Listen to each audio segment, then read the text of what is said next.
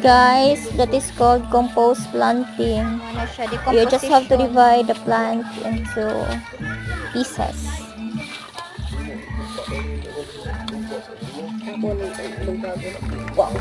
So, ang igamit niya guys na yuta is tain na siya sa kandi.